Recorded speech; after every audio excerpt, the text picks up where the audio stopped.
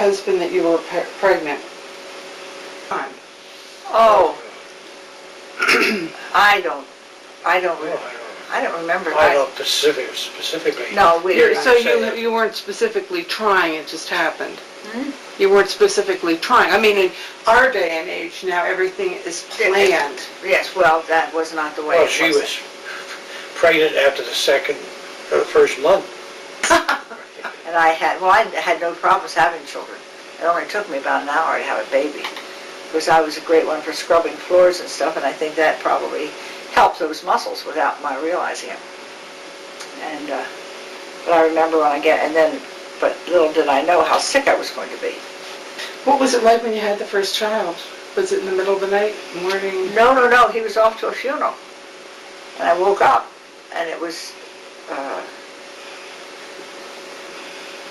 I woke up probably about 9 o'clock, something like that, and I recognized the fact that I could possibly be in labor, and I got all my things ready, and that was about 9 o'clock, and at 12 o'clock, and your father came in, and took me to the hospital at about 12:30, and he was born at 2. So, and it was not easy. Yeah, well, they didn't do this. They did such horrendous things to you. They clamped you down on a table, put your hands in stirrups and your legs in stirrups. Mm-hmm. I don't know what they gave, but I remember one. After I had Jeff, I hemorrhaged after you, and I had Jeff, and he was born in about an hour. And he was away, and one of his assistants, Dr. Frotz, delivered Marianne, but they gave me this thing, and when you got a pain, you put this mask on, and that carries you over, and you breathe something in, it carries you over through the pain, and then it was some contraption or something in my life. But anyway, after the baby was born, Dr. Lyon told me later, I found out the combination of the drug that he had given me and the drug that I was taking for an anesthesia could have killed me. And I remember having Elizabeth, July the 20th. And you being around the house, and we were up at the pool, and that was the day that he was going to induce you? Yes, and he induced me. And we came down, but you had no complications with her before? No.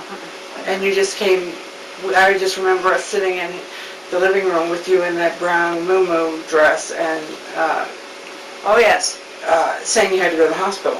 Yes, I was in the middle of the day, and it was very hot.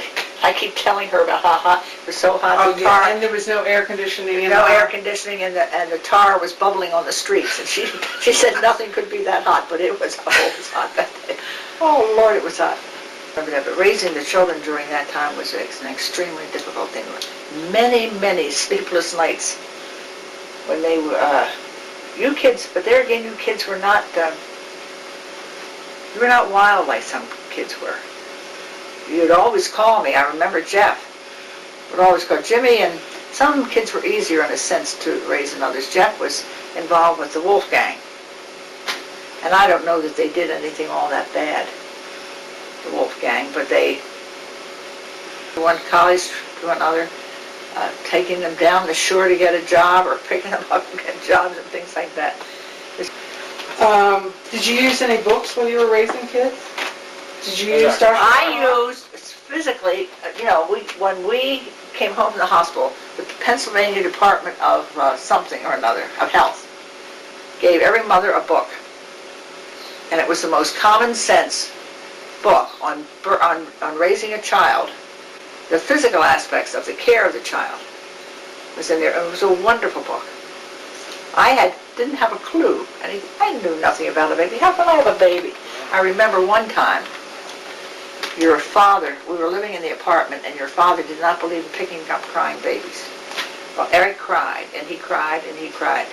And I begged him to please let me pick up the baby. And his mother came up from the second floor, and she begged him to please pick up the baby.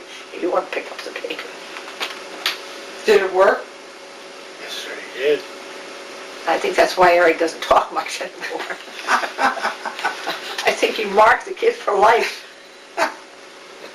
Here, what pet names did you have for any of your children? I know we had Jimmy Daddy. That is. Oh yeah, Jimmy Daddy. I mean, think of that as very normal, but I'm sure most people must have thought we were crazy. Well, that was because of James Vincent. I know. Yeah.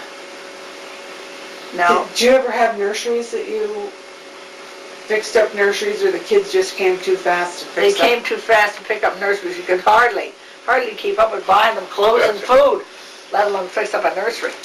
Any of the kids have imaginary friends? Eric had an imaginary friend from Penville. Why did he pick Penville? I don't know. Didn't one have a rabbit or something? I think he had a friend that was a rabbit or something.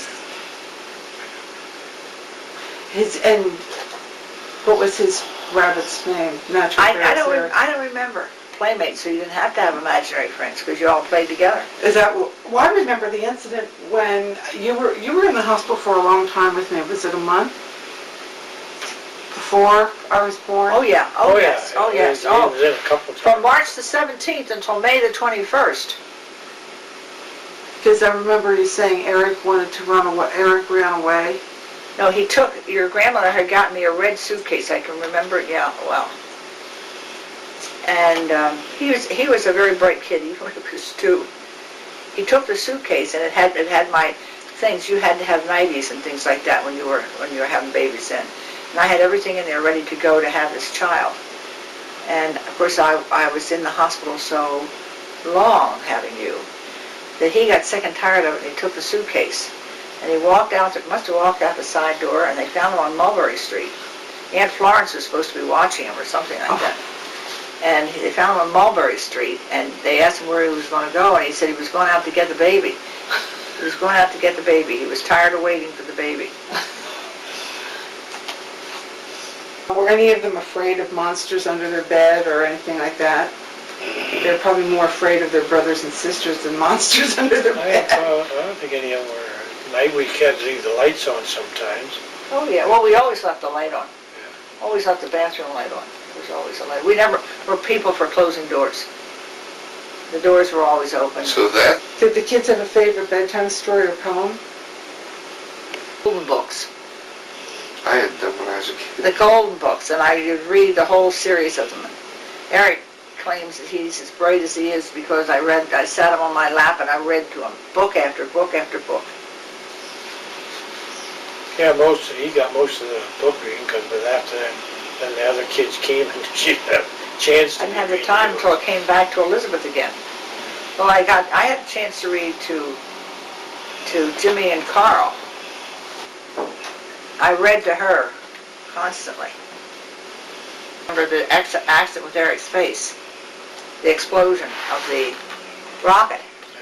I remember that because I Yeah. was the first one. I was in the kitchen when it happened. Yeah, I was he the first came in one and to the whole open. face was totally burnt. It was just, it was only a first degree. It was a flash burn. It was only Yeah, a but degree. I remember it was scary. I'm sure.